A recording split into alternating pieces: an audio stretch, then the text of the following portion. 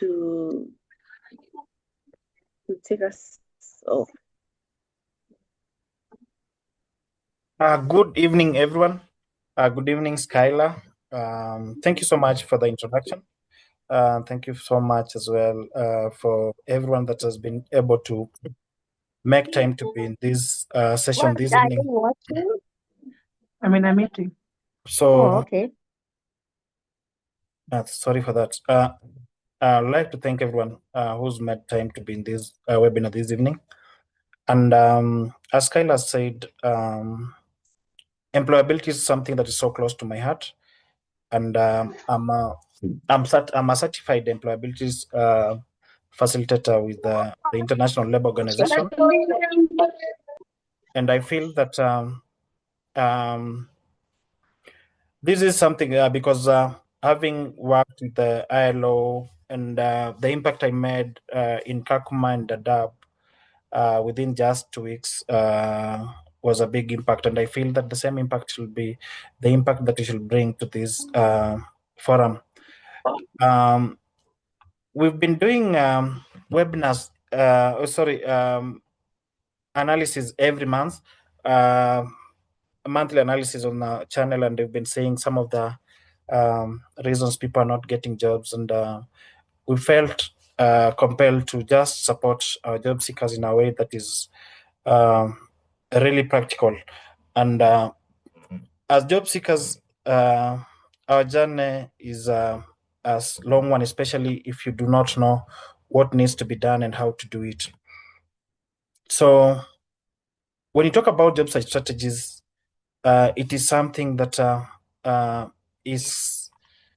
will help us maneuver the job industry, because we all know that the job market is very saturated and very flooded, and several of us are competing for the same positions. So what makes you stand out? Those are the things that you're going to discuss about this evening. I want to make this conversation as interactive as possible, so that now we can be able to learn from each other. As much as I'm the facilitator, I want you guys as well to be very committed and very engaged in this conversation, so that I know the weaknesses, I understand how we can be able even to have a personalized approach to each individual that will reach us, so that now they can be able to at least achieve their career goals and even get opportunities. So I'll be sharing my screen, and Skylar, I hope you can see my screen. Yes, we can. See them.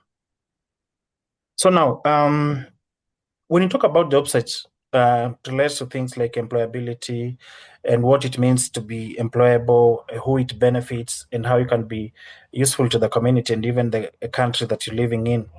So what it takes for you to become employable is number one thing, you need to have the skills for you to be employable. You need to be self-aware, and then you need to have a strategy for you to be able to achieve this.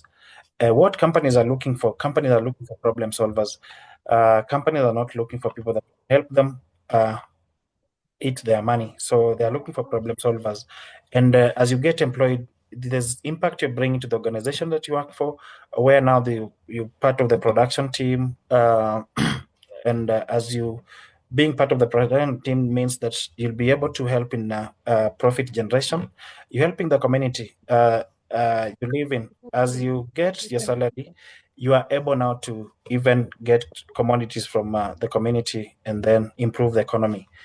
So number one thing is on employability, on job search strategy. Number one thing we need to have a winning CV and a winning cover letter. Skylar tried just to manage. Skylar tried to manage to mute those people. Yes. Can go on. So a winning CV, cover letter are things that we need to have.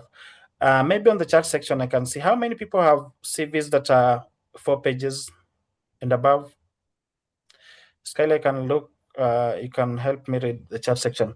So a good CV, a HR takes approximately 30 seconds to look at your CV and make a decision. So how your CV is framed is very key, because it will help the person recruiting.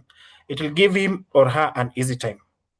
So a well-tailored CV, a CV should be tailored to the job. That is the first thing. It should have a clear summary.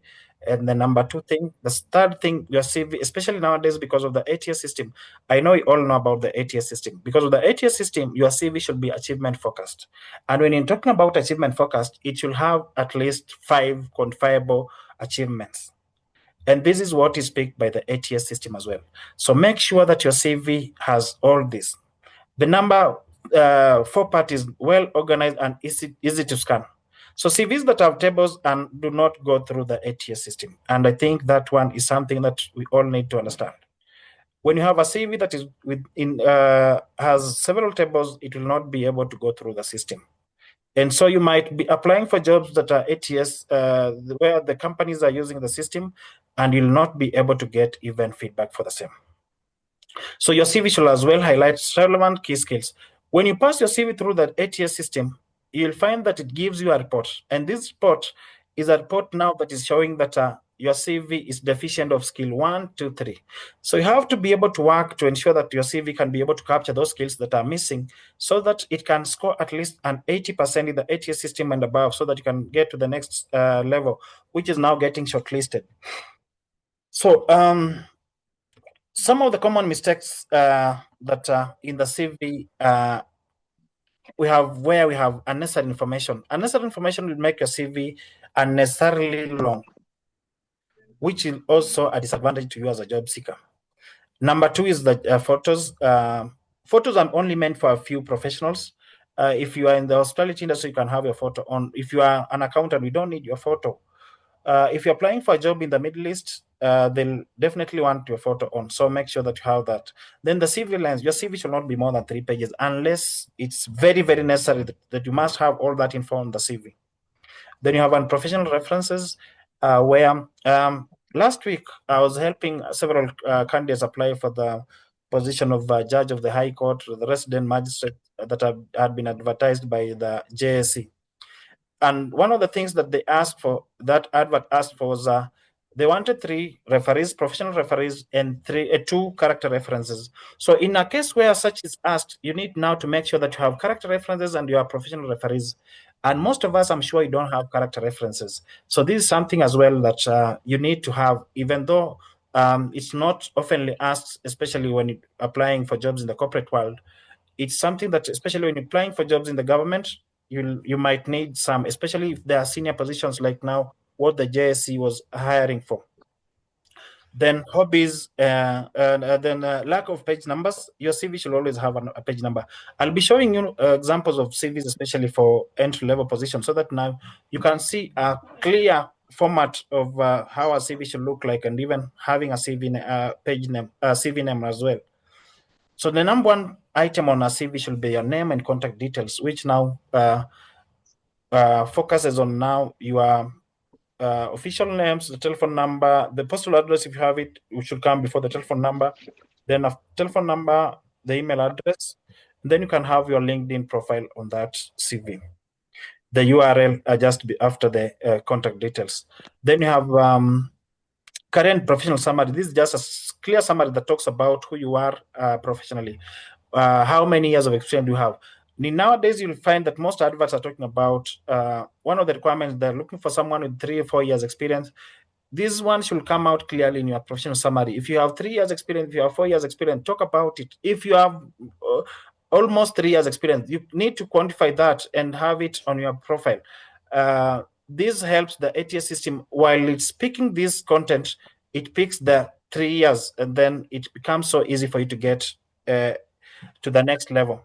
So the main work of the ATS system is just to help the recruiter, give him an easy time, and help the recruiter avail necessary CVs that seem to be well done, or CV that seem to be well organized, so that they can be able to go through that system. So the other thing is the core competencies, that we call them the technical skills, we call them the on-job training skills. Technical skills, core competences, or areas of expertise will vary from one position to another. These are the technical skills in that specific area. an accountant's technical skills will vary from an HR technical skills, from an engineer technical skills, from a procurement person, from a nurse, from a doctor. So make sure that the technical skills are very well highlighted, because this is what now this is where mostly the ATS system concentrates when it's speaking the skills.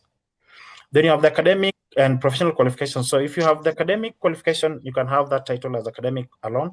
If you have the professional, then you can have the title, the two titles.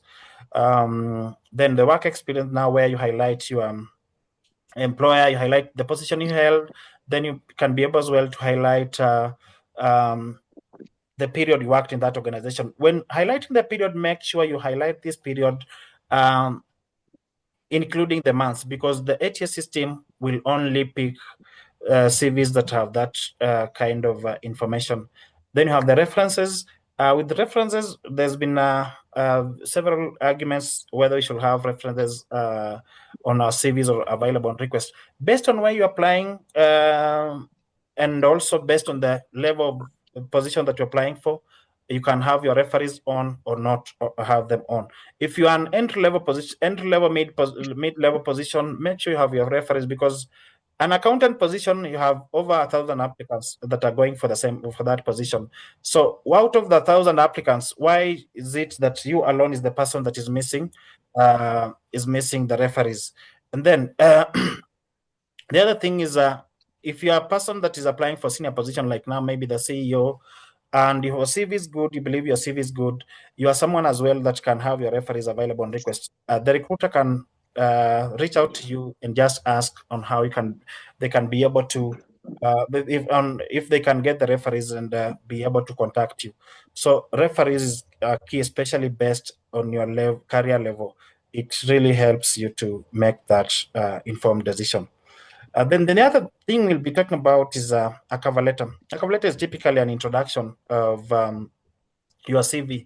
It gives, it has the body where the introduction, where the body has three parts, where you have the introduction talking about your interest in that position. Number two, you have the body talking about your skills in relation to that position.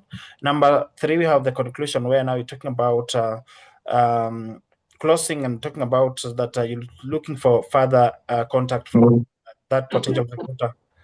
So as we Stella, you can you can mute yourself as we on a cover letter on talking about the body. It's not automatic that it should have three paragraphs. The introduction can be one paragraph. The body can be 2 or 3 paragraphs based on the content that you're providing here. And on the body, when talking about the body, you need to have at least 2 or 3 achievements. Looking at people that have 1 or 2 or more years experience. If you're not an intern, you've just worked for 1 year or even for 3 months, you should at least have an achievement in your CV. So on the body, talk about your achievement and how as well, link it on how it relates to the advert that you're applying for. Then there are common mistakes that we have in the cover letters that Karo sijatoka hado bado niko hapa, unataka kulala? Sorry for that. The common mistakes we have in the CVs that most of us use our CVs for multiple applications. Now, there's a difference between an application letter and a CV. So most of us use our CVs as use our cover letters as an application letter. An application letter is where now you just change the title and change the person that is receiving the application and maybe the date, and then you send. But a cover letter is customized to fit that specific position. And as I said about the ATS system, is that the cover letter as well goes through the ATS system. So make sure that it's very okay for you to pick specific words from even a line from the job advert and have it in the cover letter, so that now you can be able to score high when it comes to the ATS. So number 2 mistake we make is that most of us, the cover letter is not aligned to the JD. We focus solely on our needs and not addressing the employer needs. And this second problem also happens when we go for interviews, and at some point we are asked about, tell us about, do you have any questions for us? This is where now as well we fail. We focus on our needs and not addressing the employer needs. At this point, you need to address the employer needs and not your needs. Then the poor addresses and lack of signature, which is very common to us. And nowadays we all need to have electronic signatures because you have those sources very available to us. Then neglecting to proofread. So sometimes when you're doing an application, you look at the position that you're applying for. If you're applying for a position as an admin assistant, you're the person that should be, one of the responsibilities on the JD is that you will be the person that will be doing correspondence in that organization. And then you find that your CV or cover letter has grammatical mistakes. That means that it should be a no from us as recruiters, because we feel that the same mistakes you're making when doing your CV or doing your cover letter will be the same mistakes that you're making when you're communicating to our clients. So 81% of recruiters have rejected candidates solely based on their CV and cover letter, highlighting the importance of quality and presentation. What necessitated JCVs to start JCVs was because I had seen CVs where people were very qualified, but they were not able to present their content well on a CV. They are not able to even organize their content well on a CV. You have good experience, but you are not able to present this experience on a paper document and be able to present it to a recruiter and then get an opportunity to even have that conversation in an interview. So for you to stand out, you need to take time to research about the company and the role, and then tailor your application to align with these needs.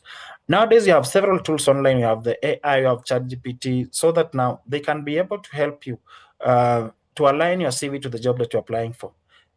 In most cases, a bigger number of job seekers, about 70% of us, are people that will go for any job. I look at people who come to my inbox and tell me that, Jay, I'm looking for a job. And I'm looking, when you ask someone, what kind of job are you looking for? Someone tells you any job for me is okay. Now you've done accounting, you're looking for any job. You see a store manager position, you are applying. You see a customer service person position, you're applying. So left to wonder, what is it that you really, what is it that is your career goal? So you need to have your career goals very clear for you to be able now to even apply for positions that are only aligned to what to your goals.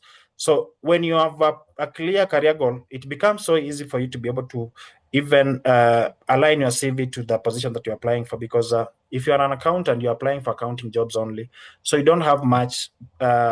You don't have to take much time in terms of aligning a CV to what you want to apply for. And maybe a skill or two, so that now it can be able just to fit the ATS system. But if you're an accountant, you're looking for sales job, you're looking for customer service job, you are the people that have CVs that have several names. J. Walemba sales CV, J. Walemba customer service CV, J. Walemba procurement CV. Any recruiter seeing that title, that name on your CV will know that you've just customized this CV for you to be able to get an interview. And we might not consider you for that because you will be lying to us. So your CV should have your official name. So if you name your CV with a specific title for a position, that is a no for me. So make sure you name your CV with your official names. So how do you beat the applicant tracking system? Number one, you need to ensure that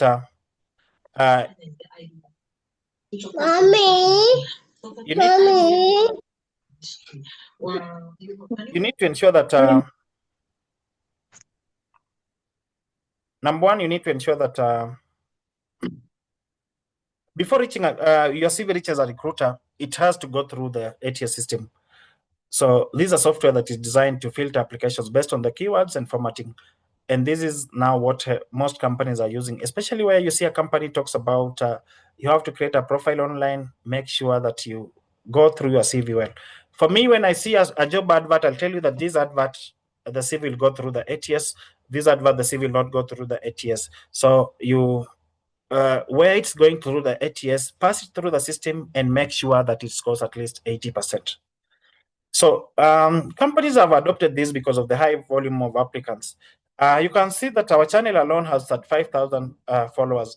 Out of the 35,000 followers, I'm sure that you have more than 10,000 people that will apply for almost same position. If they see customer service position with limited or little requirements, most people will go for that position. If they say admin, they go for that position. And then you find that we have a high number of people that are applying for this position. And for you to be able to maybe hire for an admin assistant, you only require 10 applicants to interview. So you might even go out of the thousands of applications, you might go through 50 applications and you already have your candidates ready. What will happen to the other thousands that are remaining?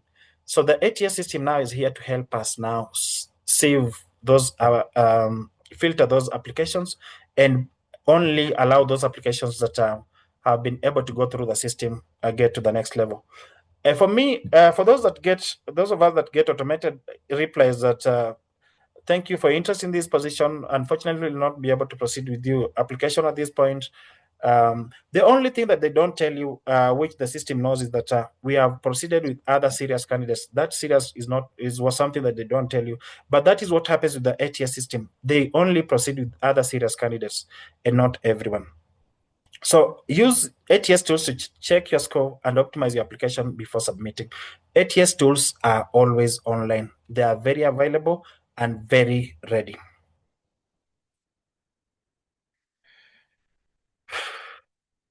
That is the first part of our presentation where we are talking about CV and CV writing and how you can be able to have it go through the ATS system. Hoping that we don't have a question up to that point. Skylar, do you have any on CV and CV writing? Or I can pick the questions at the end of the session. I think because they're related to the first session, we can just have them because they're just, I think it's relevant.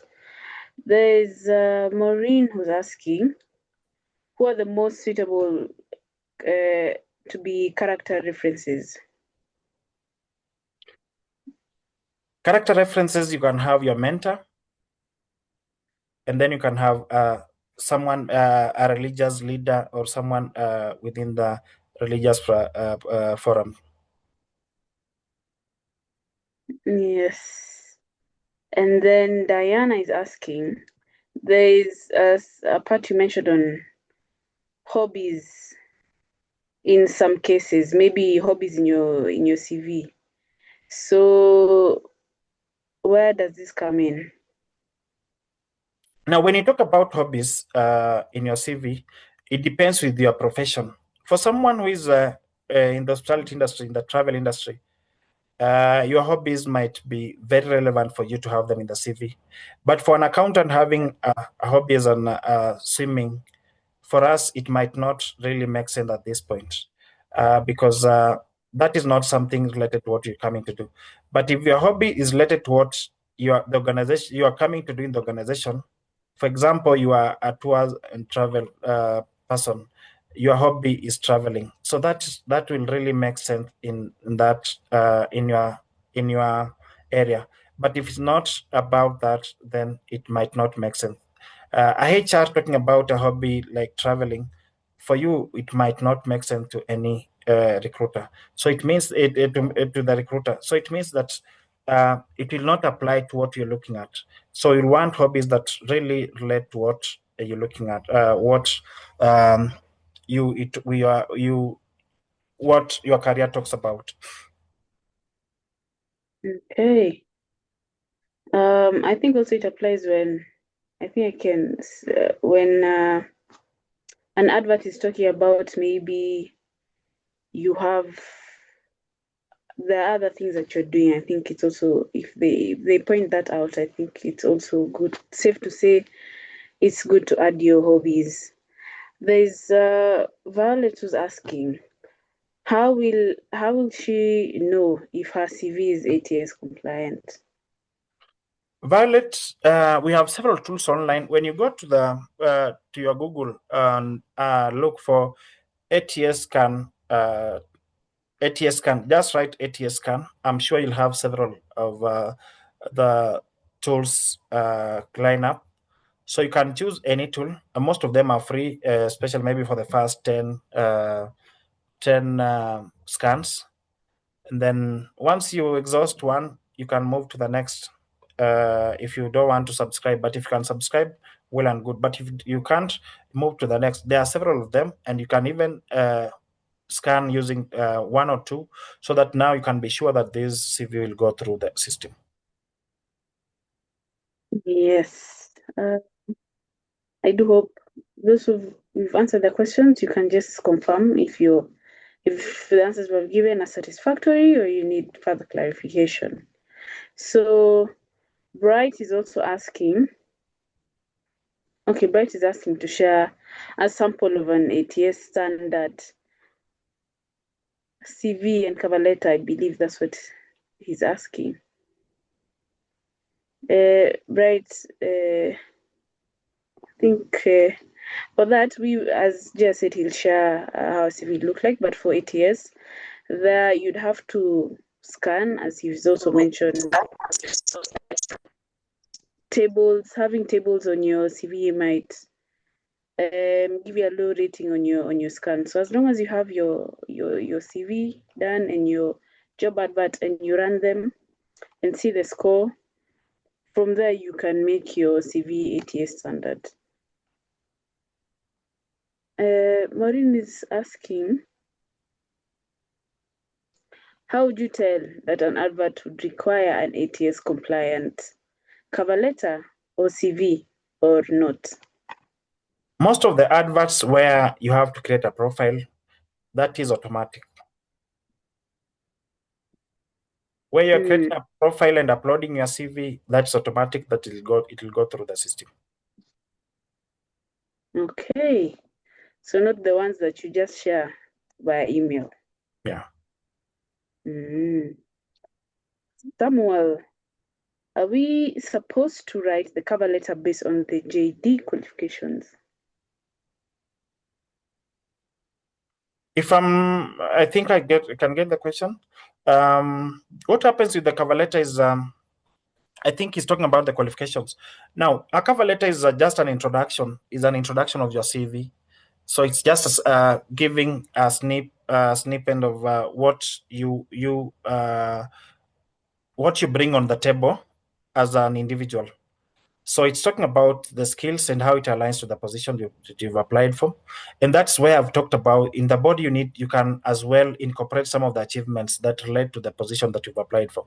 If they are talking about a system like, for example, they're talking about an ERP system, talk about your knowledge in that system. And maybe you are the person that helped in the implementation of that system or transitioning from one system to another. And that is the system that maybe you transition to.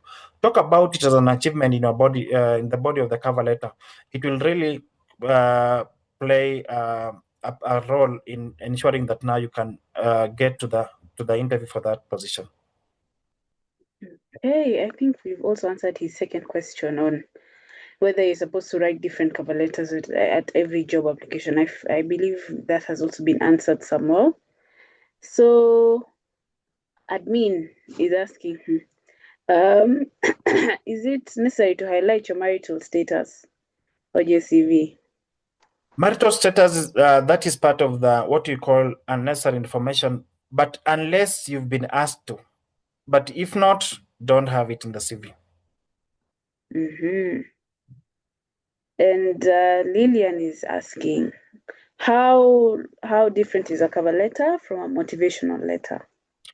Now, a motivation letter and a cover letter are different. And the only difference is that in most cases, a motivation letter, you're talking about development field, community development field, or the project management field. A motivation letter talks about more about the organization. What is the organization doing? That look at the mission and vision of the organization and how it relates to your core values. So align your core values as an individual to the mission and vision of that organization.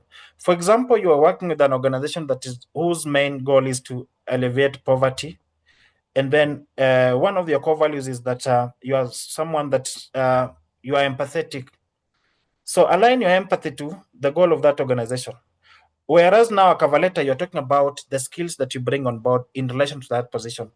And that's where I've talked about you being able to pick some of the skills from the job advert and aligning it to the cover letter. So a motivation letter talks more about what the organization does and how it relates to you as an individual. Okay. I think we'll just handle this final question before we go on. Deborah is asking, the job you're applying for has asked you to attach your CV and your passport, and yet you don't have. I'm assuming it's you don't have your passport, what else can you attach in its stead? Now, one thing that, I always tell people that the interview process starts at the application place. When you're doing the application, that is where the interview process starts. And most of us fail our job application from the start of our application. So there are some of us that have attached our CVs to the cover letter, and even our CVs have been attached to and scanned and attached to our documents, certificates. So you have these things. They have asked, the recruiter is asking you to send your CV only. Someone does a cover letter and sends it. The recruiter is asking for someone to send your CV and cover letter. You go ahead and add the certificates. So it means that you are not following instructions. And as I said earlier, some of the positions that we fail start here. You are an account admin, you are applying for positions as admin assistant. You've been asked to share your CV and cover letter. You are sharing your CV and certificates. How will you be able to undertake your duties if you are not following instructions? And some of the roles that we apply for are very sensitive. So if they're talking about an admin assistant, you're the person that should be able to send maybe correspondent to our clients, to correspond to our stakeholders. So you might as well do the same mess when sending this correspondence, and it might affect the business big time. So following instructions should start from when you're applying for a position. If they have asked you to send something and you don't have, that might mean that you don't qualify for that position. But if there are other positions, there are other qualifications in terms of years, in terms of maybe number of years of experience, they're asking for 3 years, you have 2 years experience. That one, you should apply for it. But if they're asking for you about you attaching something like a passport and you don't have, there's a clear reason why they ask for that passport. So if you don't have, you might not be able to go through. Okay, I think we're good to go. You can go ahead with the second part of the session. Now, the second part of the session is talking about the job search strategies. After I talk about the job search strategies, I can talk something little about LinkedIn optimization. So winning job search strategies can greatly increase your chances of finding the right job. Here are some of the effective strategies that can help in your job search. And this is, at this point, I want us to be very keen with what I'm going to talk about here. So number one thing you need to do as a job seeker, you need to define your goals. What are your goals? As you're seeking job for these positions, what are your goals? Why are you looking for a job? So you need to understand that. Then as you start setting your goals, as you start clarifying your career goals and what you want to achieve in your next job, and that's why you'll find that in most interviews, people are asking about where do you see yourself in 5 years? Some of us in 5 years, we want to own our own businesses. Some of us in 5 years, we want to be managers. Some of us in 5 years, we are not sure of what we want because we don't have clear career goals. If you have clear career goals, then it means that you are able to, for example, I want to be a CEO in the next 5 years. What are you doing about it? So as much as as you set your career goals, you need now to start setting short-term and long-term goals. And when I talk about short-term goals, I mean now you are setting goals, you are setting strategies that can be able to help you achieve your long-term goals. You want to be a CEO, what do you need? Maybe, for example, I'm just giving an example. You need to start sitting with people that can help you now. You need to get a mentor that can help you grow to that level. You don't just wake up one day and you're a CEO. You need to start seeking mentors. You need to start upskilling. You need to start networking with people that can help you achieve that goal. So as you set goals, you need to be sure that I'm setting goal. My goal is to achieve ABC. What should I do for me to be able to achieve that? So look at your interests, look at your skills and values to identify the type of job and the industry that you want to get you want to target. So all these now can be achieved through setting short-term goals and for you to be able to achieve the short-term, long-term goals. And that's why we talk about subdividing your goals into small chunks, small achievable chunks. The number two thing you need to do, you need to update your resume and cover letter. You talked about resume updating and cover letter. That one I'm sure is so clear. Then number three thing, utilize online job platforms. I know most of us do not have any other platform where they can get job adverts, apart from maybe the WhatsApp groups that we are in. Some of us are not active on LinkedIn. Some of us are not active even on platforms like Brighter Monday, platforms like Fuzu, platforms like My Job Mark, platforms like My Jobs in Kenya, where now jobs are posted on daily basis. So that and some of them, the platforms, you can be notified when a job is posted, a job in your area is posted. So make sure that we utilize these job platforms. Then research about the company that you want to work for. Someone who has clear career goals, you can choose the company that you want to work for. You don't just go for any company that has advertised a position that you feel you fit for to apply for that position. So identify company that you want to work for and how you like, and conduct a thorough research on the same. So how do you identify these companies? So look at your core values. As an individual, you should have core values. And I'm sure by the end of this session, for those of us that do not have core values, you need to start looking at what are your core values and how can you be able to align that with the companies that you work for. Some of us are just working because we want to pay our bills and move into the next month. The end of the month, again, pay bills, move into the next month. We don't have clear goals. So the first aspect that you talked about, goals, is what will determine you achieving all these other things. So understand the value and mission for any organization that you want to work for. What is the value of that organization? What is the mission of that organization? Then as you understand this, you need to tailor your application materials to align with the company's needs and demonstrate your knowledge during interviews. So as I said from the start, is that companies are looking for problem solvers. Companies are not looking for people that they can just pay. If that was the goal of the company, then it will just, every morning we open our company, we stand out there at the gate and call people in, we pay them, and then they go. So companies are looking for problem solvers. You bring your skills so that now you are selling your skills to the company so that now they can be able to use those skills to achieve their business goals. And then in return, now they pay you for those skills.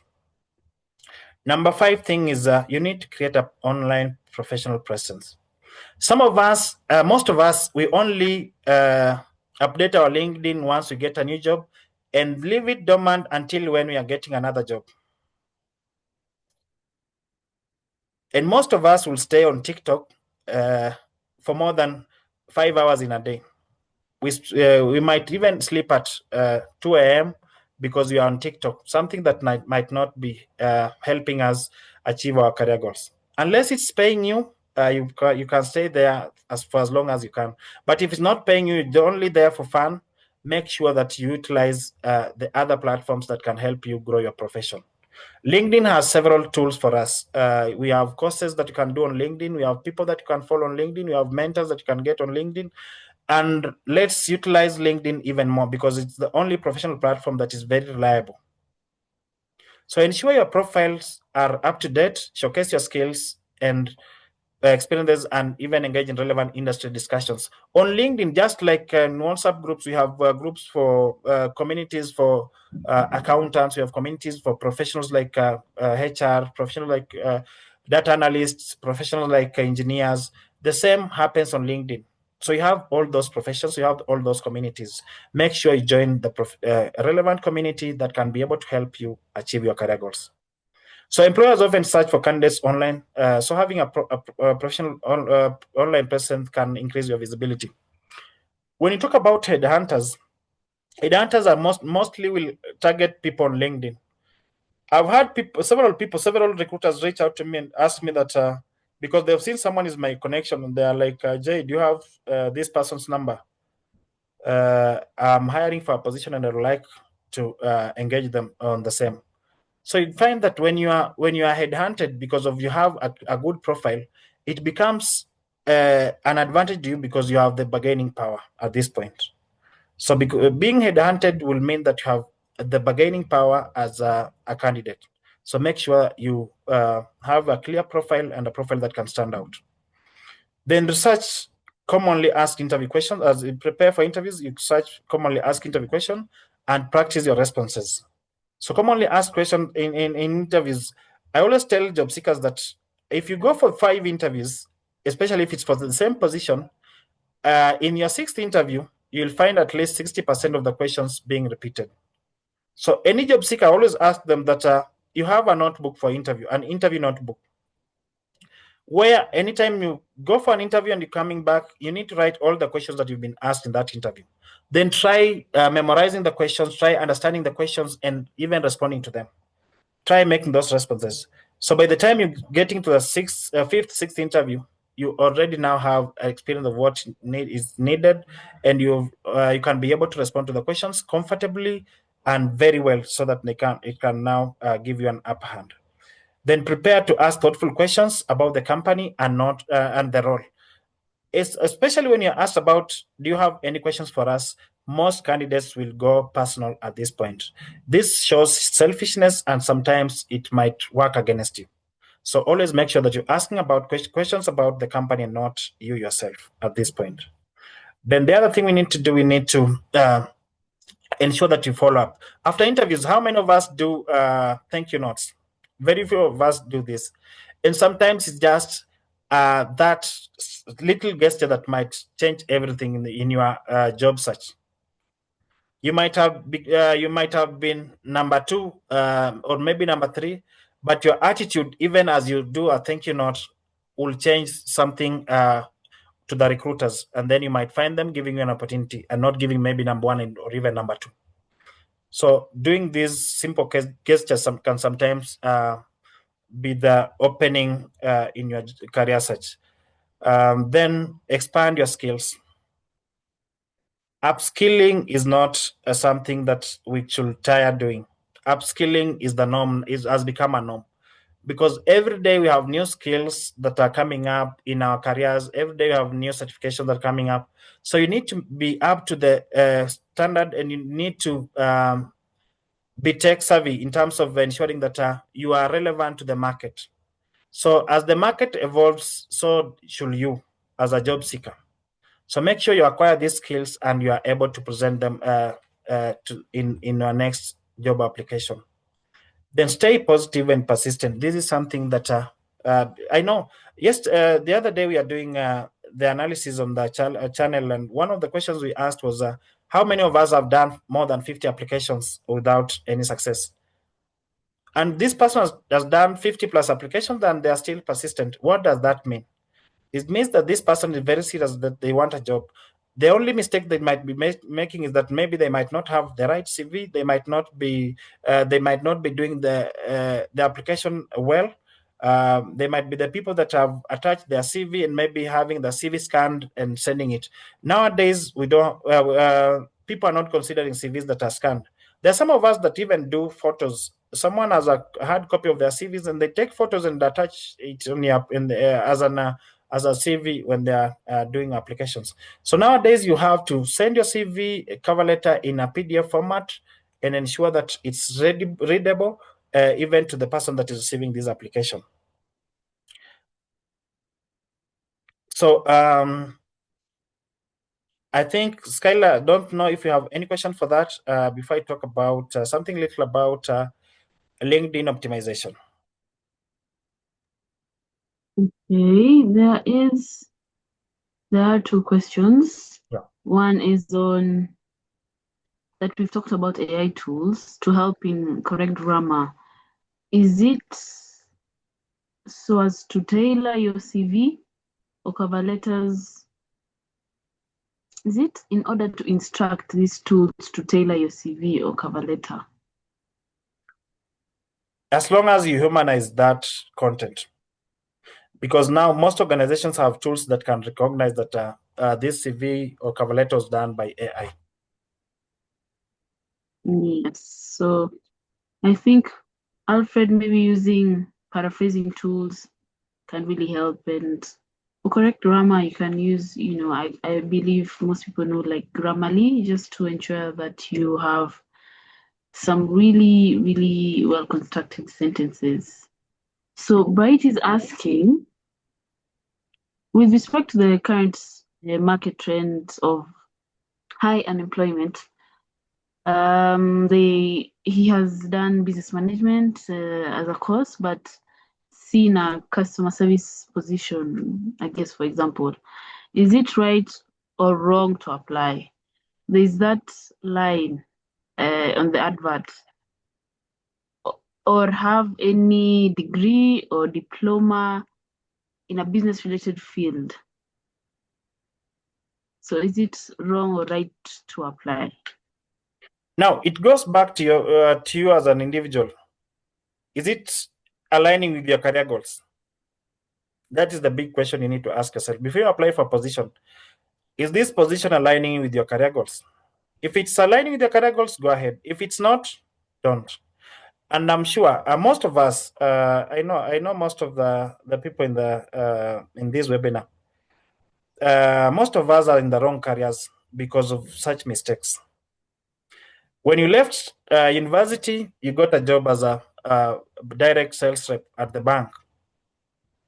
And at the bank, you just left university, getting a salary of most of the banks will pay you a pay of 25,000, and then you're getting commissions. And some people, it's your first salary, the first year of you working, and you're getting almost 200,000, even some point almost to have half an M a month.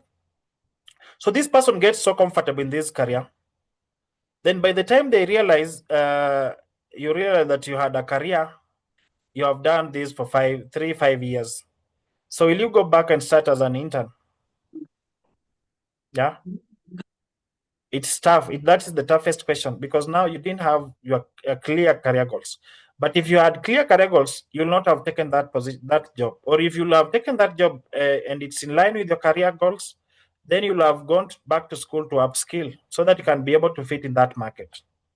But most of us will stay in that career, not upskilling, not reskilling to be able to fit to the current job market. So even as we get other positions, even promotion will be hard because you don't have the qualifications in that area. So you end up having a tough time adapting.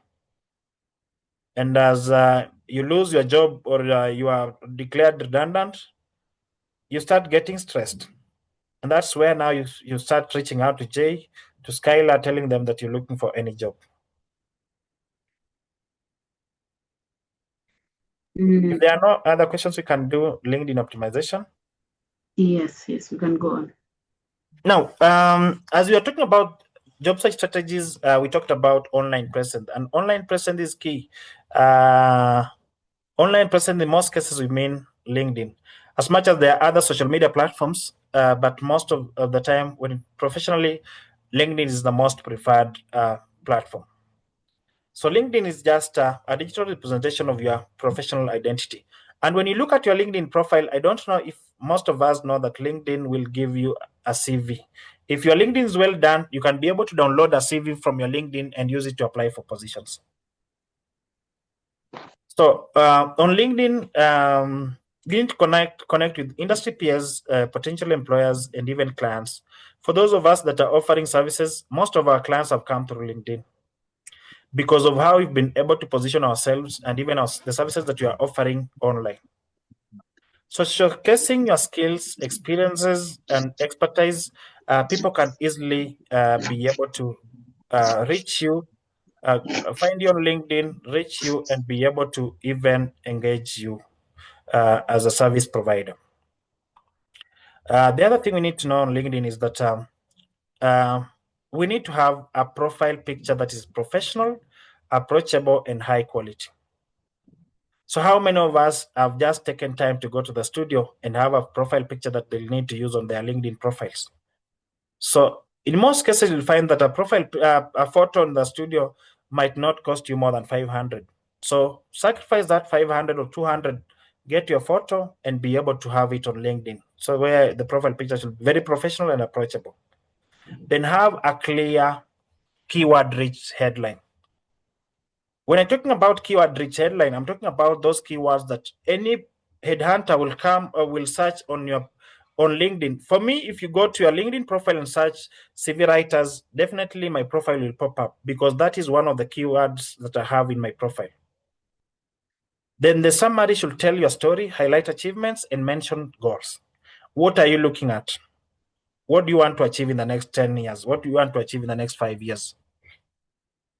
Then experience detail your work history, responsibilities, and accomplishments. At this point, I always talk about you having a lean LinkedIn profile that is straight and up to the point. Make sure that you have more of accomplishments other than responsibilities. Then seek skills and endorsements to showcase your expertise. LinkedIn only allows up to around 50 skills. So make sure that you have, in the 50 skills, you have those skills that are very key in your area, the key technical skills. And I always believe that your most recent job should determine the next direction you're going to take career-wise. So make sure that your most recent job gives the most skills in that 50 threshold. Then the other thing is on a building a strong network, what we need to do, we need to connect strategically where we are going for quality over quantity. Are you in business? Why are you connecting with Jay? Yeah, you are a procurement person. Why are you connecting with Jay? I'm connecting with Jay because Jay is a recruiter and might be looking, he might advertise a position that I'm interested in and be able to apply. So personalize your connection request. Send connection requests to those people that you feel will impact your career, those people that will benefit from. Then engage with your connections through commenting, liking, and even sharing content. So if you're looking to work with a specific company, or if for example, you want to work with an NGO. I remember in 2020, there's a friend of mine that there's a mentee of mine that I was working with, and I was telling her she was very interested in things to do with nutrition, and I remember one of the organizations, because she used to post, comment, and share, even tag an NGO in her posts. And I remember during COVID, at one point, they gave her an opportunity to be a speaker in one of the webinars. So it is through her hard work that she was able to earn this. So join and participate in relevant groups and communities, as I've said before. There are groups and communities related to each career. So when you go to LinkedIn and search for HR forums, procurement forums, accountant groups, you'll always get this information. Be able to join these communities and even contribute in the communities. Don't just join and be a silent follower. And that is what happens with most of us in the groups that we are in. Some of us have been able to be visible because we talk so much in the groups, and some of the things we say are not even we are not disturbing other group members, but we are saying this so that now we can be able to be relevant. We can be able to be visible to them. Then leverage on the job search feature. When on LinkedIn, the job search feature is giving you an opportunity to set alerts for at least 5 opportunities, for at most 5 opportunities. So make sure that you're highlighting those jobs that you're really interested in and they are aligned to your career goals. Then follow companies and influencers in your industry. This one helps as well. When you're following companies and influencers, you comment on their content, and even some of the influencers can give you an opportunity to help you grow as your mentors. And as you are posting as well, you can be able to tag them. Then seek endorsements and recommendations. I'm sure we all know this. When you're seeking endorsements are for those skills where you're good at. So if you're good at CV writing, you'll find that most of the people are endorsing you for that skill. If you're good at employee relations, people will do the same. If you're good at budgeting, people will do that the same. Then network with professionals in your desired field. Who are the people that you want to follow? Who are the people that you want to network with? There are some of us that have never gone for a physical networking event. And I've seen on LinkedIn, I even saw the other day, yesterday, I was seeing there's a trip to, I think, Suswa, where there's people on LinkedIn now want to meet physically and go for a trip in Suswa. These are networking opportunities. And as we know that 70% of the jobs will never be posted. 70% someone will reach out to Jay.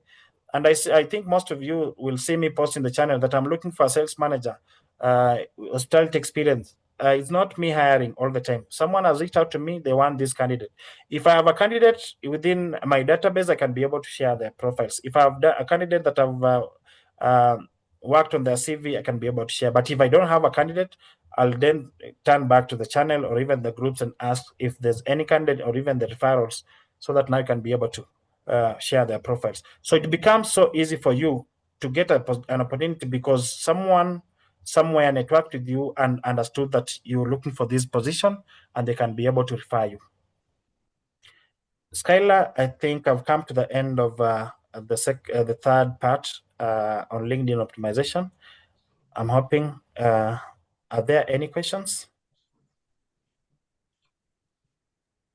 Yes, there is one question. Yeah.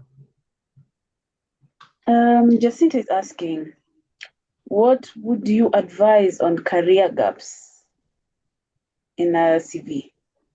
Now, career gaps is something that is I've seen that people, most of us, have a problem with career gaps, which is very okay.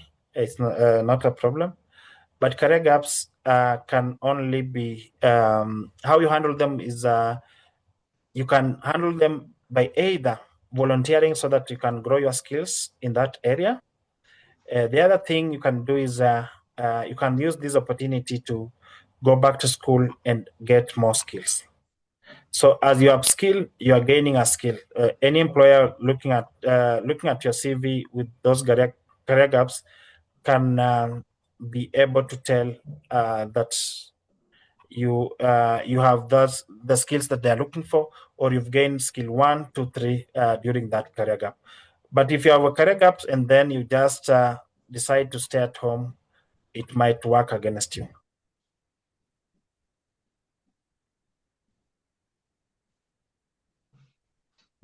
Skylar, do you have any other question? No, that's it for now. So Jacinta, I hope we've been able to answer your question. You can go on, Jay. I think I can have this small information that I want to share on the common mistakes that we make as job seekers. The common mistakes we make as job seekers. So number one is using a generic CV and cover letter. A generic CV, I mean a CV that is of one size fits all document without customization for the specific job. Just sending the CV without customizing, and that is what most of us do. And then we get into depression, or we start blaming employers. We start blaming the HR people. The HR people in the house, I think I'm your advocate today. Most job seekers will blame the HR that we had our people, even as we were recruiting. So using a generic CV and cover letter will not take you anywhere. It's because it does not highlight the specific skills the recruiter is looking at, and then you may appear uninterested to employers. Because there's someone, the other day I was talking to someone in a very big organization, a global organization, and what they told me that there is this guy that always apply for any position that organization advertises for, and is using the same CV. So anytime they advertise, they are sure that they'll have Jay's CV in the applications. So that will not help you. It will only frustrate you as a job seeker. Number two thing we do is we ignore online presence, where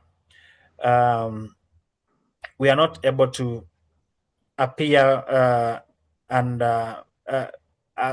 appear on platforms like LinkedIn, even websites, or even on platforms like Facebook, and build our brand. So building our brand, especially online, is key for us to be able to succeed in our job search journey. So ignoring it will be a disadvantage to you, and you might not get opportunities that are available. Then neglecting networking. I've talked about networking, and 70% of the jobs just being through networking. And then undefined career directions, where this is where I talked about career goals. So you have unclear career goals. This is what happens to you. You might not get an opportunity in the job market as well. Then limiting your job search to only posted jobs. How many of us go an extra mile to just look for jobs outside maybe the WhatsApp groups or the job platforms? Some of the job platforms might post a job 2 days to the deadline. So make sure that you are able to you are able to go an extra mile and search for jobs in other platforms. So other common mistakes are errors in the CV that when you talked about not preparing for interviews. There are some of us that just dress up and go for interview even without preparing, overlooking the importance of soft skills. Soft skills are key, and this is what there are soft skills that maybe next time we'll be talking about soft skills that are very relevant to the job market now. The top 10 soft skills that you need as a job seeker. Then being overly aggressive in follow-ups. There are some of us that when you apply for a position, we stop doing other applications, especially where we go for interviews. You stop doing other applications and really believe that that job was yours and you must get it. Sometimes it doesn't work like that. Then applying for jobs without sufficient research. There are some people that go for positions will only realize that they made a wrong application when they are at the interview. So make sure that you do enough research before you apply for that position. Then dismissing entry-level temporary roles that could lead to permanent opportunities. Job seekers, most of us will want jobs that are giving us money. And as JCVs, I've supported several people, and I've seen one of the people that I've supported is here. I've supported several people who've come to me as volunteers. I can see Festus. Festus was somewhere. Festus is here. Festus is one of the people that I supported. He came to me as a volunteer, I think 3 years ago, July 2022. And I gave him an opportunity. I didn't pay him for the first month. From the second month, I started paying him. And Festus has been one of the best employees that I've ever had. And he's grown his career, I've supported his growth, and he's now moved to another organization with our support as well. So starting as a volunteer or even as temporary opportunities is something that most of us do not like. And being in the market, you have to be very unique. Several of you are vying for the same position. What can make you stand out? So think about it. And even as you get opportunity to volunteer, opportunities, maybe short-term opportunities, go for them. Sometimes someone will move and they'll want someone to replace that person immediately. And because you have the skills in that area, you find yourself getting an opportunity. Then failing to follow application instructions carefully. Where they're talking about cover letter and CV, you're sending your certificates. That is one of the instructions that most of us as job seekers fail to follow. Then applying for too many jobs without focusing on quality applications. This still goes now back to what are your career goals. So looking at your career goals, you should be able to align your application to what you want. So smart strategies to boost your job hunt, customize your CV and cover letter. We talked about maintain a strong online presence, actively network, define your career goals clearly, explore beyond job boards, craft error-free application documents, prepare thoroughly for interviews, then highlight soft skills effectively, follow up professionally and respectfully, conduct in-depth job and company research. Thank you. Those are our contacts down there. If you want to engage with us further, with me further, feel free to reach us at JCVs. We are on Maendeleo House, just opposite Anniversary Towers, and that is my number there. There's our website as well, and those are our social media platforms.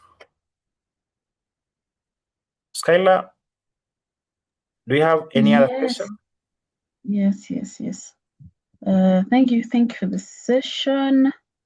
So Njeru is asking to share slides. So Njeru, we are recording the session. So as soon as by around like 10 something, we normally have it on our YouTube channel. So you can definitely check that out on your free time or whatever, and retrace your steps and refresh your mind on what we've talked about this evening.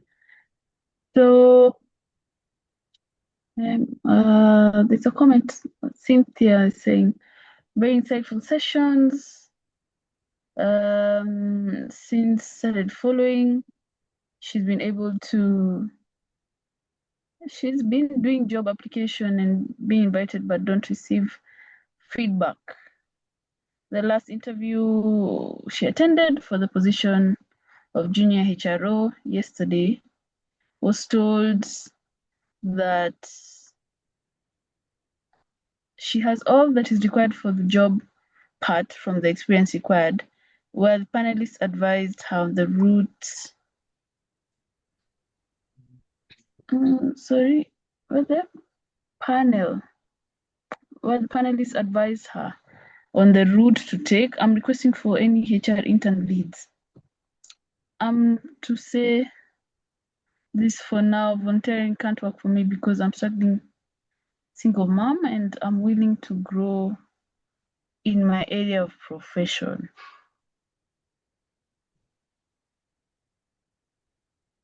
Cynthia can reach out after the session. Sorry, can reach out tomorrow. Cynthia can reach me out tomorrow. Yes, I think a conversation would be better. As one as a comment, they have learned a lot. Someone is also talking about soft skills for hijab practitioner. So we have had sessions on soft skills as well. You can definitely check our YouTube because I also don't want to eat too much time. It's already 9:15. We have had a session on soft skills. It was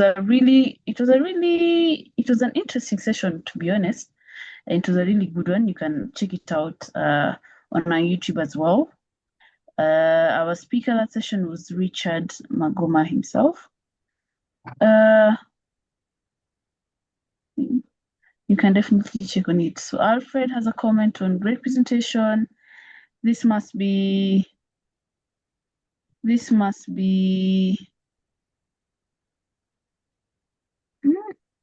presentation. This must be a game changer. Thanks. Aswan was missing out on LinkedIn and advertising myself. Good that you have been able to take note of that, Aswan. Noreen, thank you for the insightful session. Jay and Maureen Munguti, thank you so much. So I can see that Jay on his screen is sharing a example of a CV. But before we get into that, I just wanted to mention something before I lose some of you. So given building on this session as well, and our interaction with the I don't know, Nelson, are you asking a question or you can type in the chat? So in regards to all our analysis that we've been doing, as well as our interactions with you all, we did come up with a solution, more or less, something to basically help each and every one of you, those who are willing and those who would like to take that step. I know tonight's our sessions, I know you've been able to grasp tips here and there and things you can put into practice for sure. But now we're looking to have a more personalized approach to these things. So whether it's your CV, that one-on-one, on how comes you're applying to XYZ jobs and you're not getting, where is the issue, where is that gap on, for example, interview coaching, being able to dive deep into each individual questions and maybe even specific to your industry as well. So we are having the Ignite Career Training Program that we will be launching next month. There will be a small investment fee, but it is definitely worth it. So as we speak, we will be sharing soon enough the kind of program that we'll be having run. It's just 4 weeks, just for the month, the program. It will be at a small investment fee, and you'll definitely be able to have that one-on-one personalized approach. So be on the lookout for that. If you have any more questions on that specifically, you can also reach us out. You can contact us if you want to know more about this, but soon enough we'll be sharing this information on all of our platforms. I think, Jay, you can proceed. And now, I was just sharing an example of a CV that is ATS friendly. This is one for Natache. I think just for them to see, and even the organization of this CV. I'm sure they've been able to see that. That is how I'll end my session this evening. So feel free to reach us for any questions, any clarifications on what you've discussed this evening. And as we go to rest and we head into the weekend, let's ensure that we achieve our career goals. We can adjust our career goals based on the information that you've knowledge that you received this evening. And then we want to see you shine in the next 1-2 years. We want to see you enjoy what you're doing. Thank you so much and have a blessed evening. Hey, I'm so really grateful for your insights. Nelson, great to have you here. Hope to see you in our other sessions as well. Glad to hear that you have picked a couple of things. That is always our joy here at JCV, is that at least 1 or 2 things were new to you. And I believe even as we invite various speakers, it's not that we know everything. So we also get a lot from these sessions, both from you, our audience, and also our speakers. So absolutely glad. So I'd like to end our Karibu Samuel. I'd like to end our session with a prayer so that we can